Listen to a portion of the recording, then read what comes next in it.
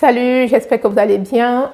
Une nouvelle fois, je suis ravie de vous retrouver sur ma chaîne YouTube.RH afin de vous présenter des thématiques en ressources humaines et en droit du travail.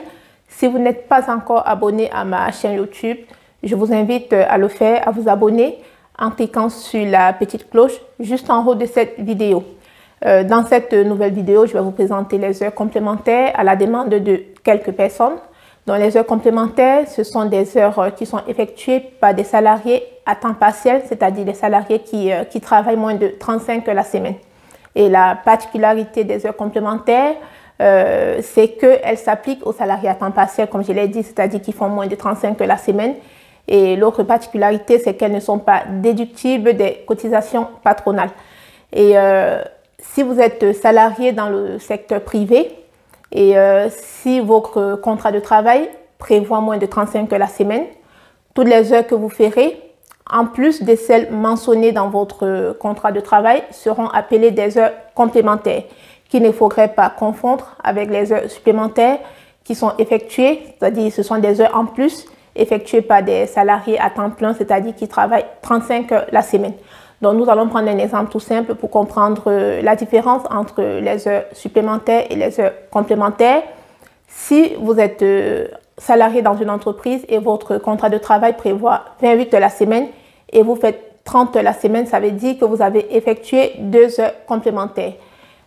Mais par contre, si vous êtes salarié à temps plein et que votre contrat de travail prévoit 35 heures la semaine et vous effectuez 38 heures la semaine par exemple, ça veut dire que vous aurez effectué 3 heures supplémentaires. L'avantage des heures complémentaires, c'est qu'elles offrent une certaine souplesse à votre employeur de ne pas être contraint de signer un avenant chaque fois qu'il vous demande de réaliser des heures complémentaires, des heures en plus que celles prévues dans votre contrat de travail.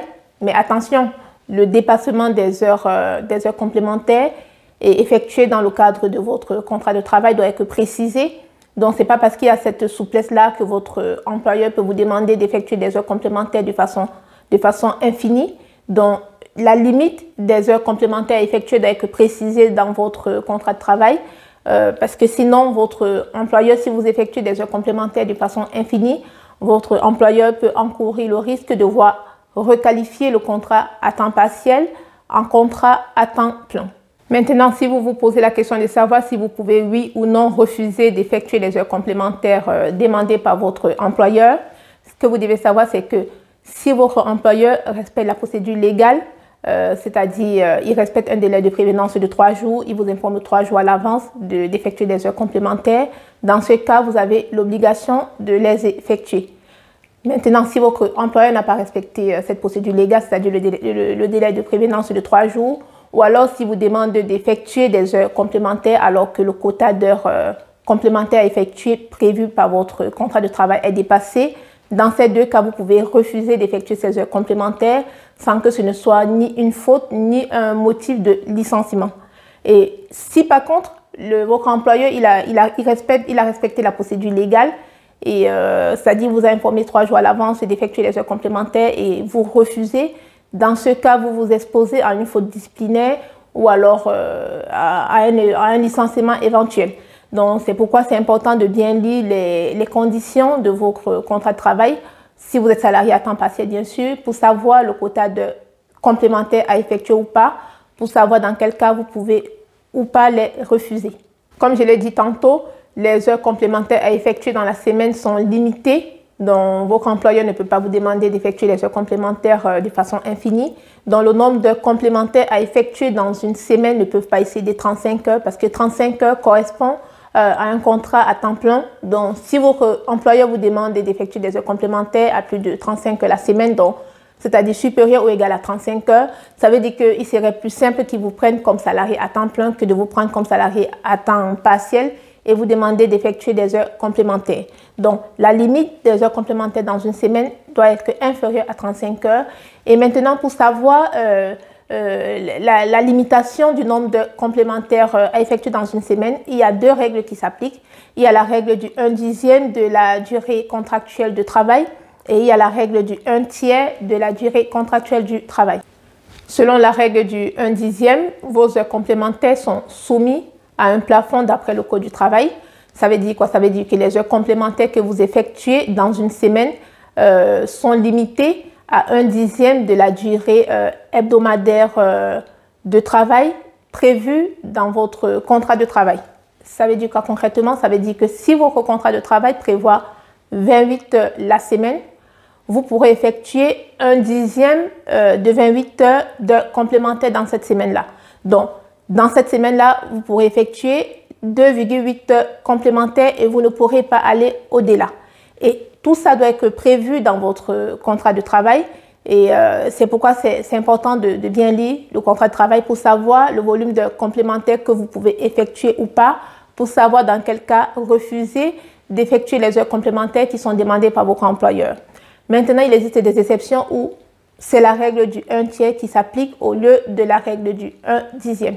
La règle du 1/10 est prévue par le contrat de travail ou alors par le code du travail et elle passe au 1/3 si votre convention collective le prévoit ou alors si un accord de branche étendu le prévoit ou si un accord d'entreprise ou d'établissement le prévoit.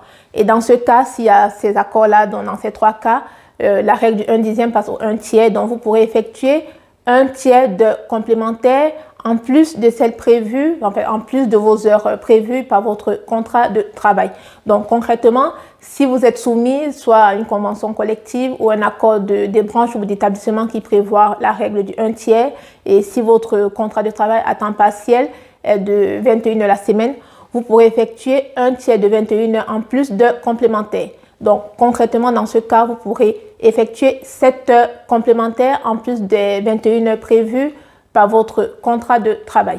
Ce que vous devez savoir, c'est que quelle que soit la règle d'application des heures complémentaires, que ce soit la méthode du 1/10 ou la méthode du 1/3, le total des heures complémentaires que vous effectuez dans une semaine ne doit pas dépasser 35 heures la semaine, au risque pour votre employeur de voir requalifier le contrat à temps partiel en contrat à temps plein. Et vous êtes dans votre droit de refuser d'effectuer des heures complémentaires si votre employeur vous demande d'effectuer des heures au-delà du plafond légal. Alors, comment sont payées vos heures complémentaires? La rémunération des heures complémentaires obéit à la règle du 1/10 que j'ai présentée plus haut, c'est-à-dire que les heures complémentaires que vous effectuez sont majorées à 10% dans la limite pour les heures que vous effectuez dans la limite du 1/10 et ce dès la première heure. Et pour les heures que vous effectuez au-delà du 1/10 sont majorées à 25% et ce dès la première heure au-delà du 1/10. Donc, on va prendre un exemple tout simple pour comprendre le calcul des heures complémentaires. Dans ce premier exemple, on va considérer que vous avez un contrat de travail qui prévoit 28 heures la semaine avec 2 heures complémentaires, soit un volume d'heures de travail à la semaine de 30 heures. Et on va considérer que votre taux horaire brut est de 11 € de l'heure. Voilà, parce que pour pouvoir majorer vos heures complémentaires, on a besoin de votre taux horaire. Et dans notre exemple, on va considérer que vous ne dépassez pas la règle du 1/10 et c'est le cas, vous ne dépassez pas parce que vous effectuez 2 heures complémentaires et le maximum d'heures complémentaires que vous aurez pu effectuer selon la règle du 1/10, comme je l'ai expliqué, c'est 1/10 de 28 heures, soit 2,8 heures complémentaires. Mais dans notre cas, vous effectuez 2 heures complémentaires. Et ce sont ces 2 heures qu'on va majorer à 10%, comme je l'ai expliqué. On va prendre votre taux horaire, 11 € qu'on va majorer à 10%, donc 11 fois 10%, ça fait 12,10 €. Ça, c'est votre taux horaire majoré et c'est ce taux horaire qu'on va appliquer à chacune de vos heures complémentaires. Donc, on prend les 12,10 €, on multiplie par vos 2 heures complémentaires, ça fait 24,20 €.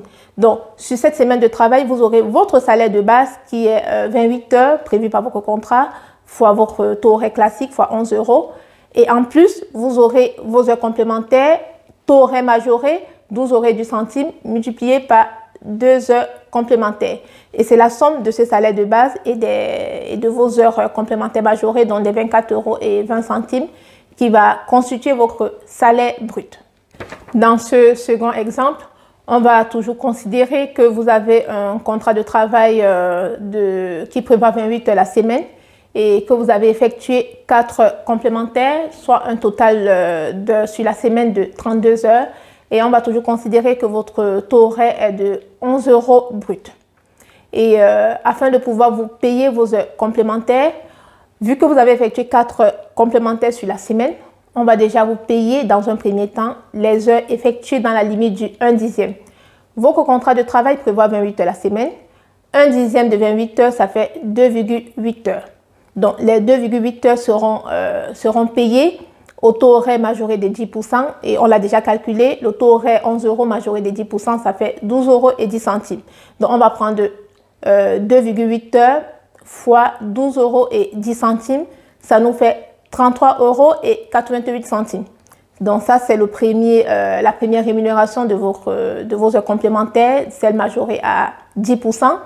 Et maintenant, le reste des heures complémentaires, vous avez effectué 4 heures complémentaires. On vous a déjà payé 2,8 heures qui sont majorées à 10%. Le reste, donc 4 heures moins 2,8, ça fait 1,2 heures complémentaires qui restent à vous payer et qui seront majorées à 25%. Et pour cela, il faudrait trouver votre taux horaire majoré de 25%. On prend votre taux horaire de base, 11 €, on majore de 25%, ça fait 13,75 €.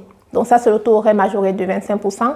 Et on prend ce taux horaire majoré, 13,75 €, on multiplie fois 1,2 heures complémentaires qui restent à vous payer, majoré à 25%. Ça fait 16,50 €. Donc sur cette semaine de travail, vous aurez votre salaire de base qui est vos 28 heures de travail multiplié fois 11 € qui est votre taux horaire classique. Vous aurez vos heures complémentaires majorées de 10%, dont 2,8 heures fois 12,10 € fois 33,88 €. Et vous aurez vos heures complémentaires majorées de 25%, soit 1,2 heures multiplié par 13,75 €, soit 16,50 €. Donc, sur cette semaine de travail, vous aurez un total d'heures complémentaires qui vous seront payées de 50,30 €. Je suis arrivée au thème de ma vidéo. J'espère qu'elle vous apportera un plus en termes de vos connaissances RH et droit du travail.